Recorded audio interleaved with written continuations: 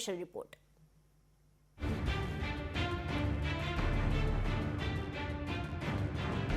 शेतकरी ओळखपत्र नसेल तर पीएम किसान योजनेचे पैसे मिळणार नसल्याची माहिती समोर येते। त्यामुळे आता शेतकरी वर्गात चिंतेचं वातावरण आहे। पंतप्रधान सन्मान निधी योजनेअंतर्गत शेतकऱ्यांसाठी ओळख क्रमांक अनिवार्य करण्यात आलाय। हफ्त्यासाठी नवीन नियम लागू करण्यात आले।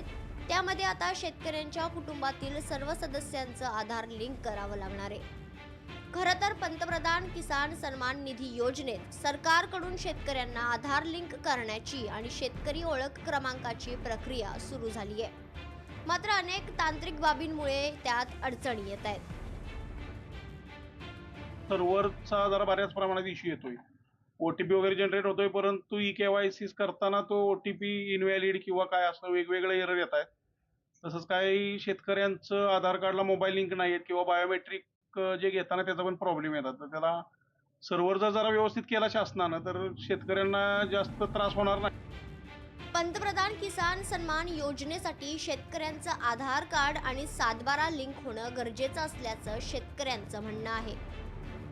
या ठिकाणी जे टोटल सगळं शेत 7/12 आमच्या नावावर आहे, आधार कार्ड आहे, त्या निमित्त त्या पद्धतीनं त्यांनी आधार शेतीच्या ह्याच्यावरच द्यावं। आता आधार लिंक करायची काही गरज नाही। आपल्याकडे सगळा आमचा डाटा आहेच।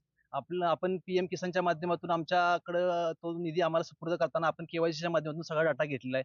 मग वारंवार असा डाटा गोळा करून शेतकऱ्यांना किंवा त्याच्या संपूर्ण कुटुंबाला या बायोमेट्रिकसाठी बाहेर काढून काय करायचं?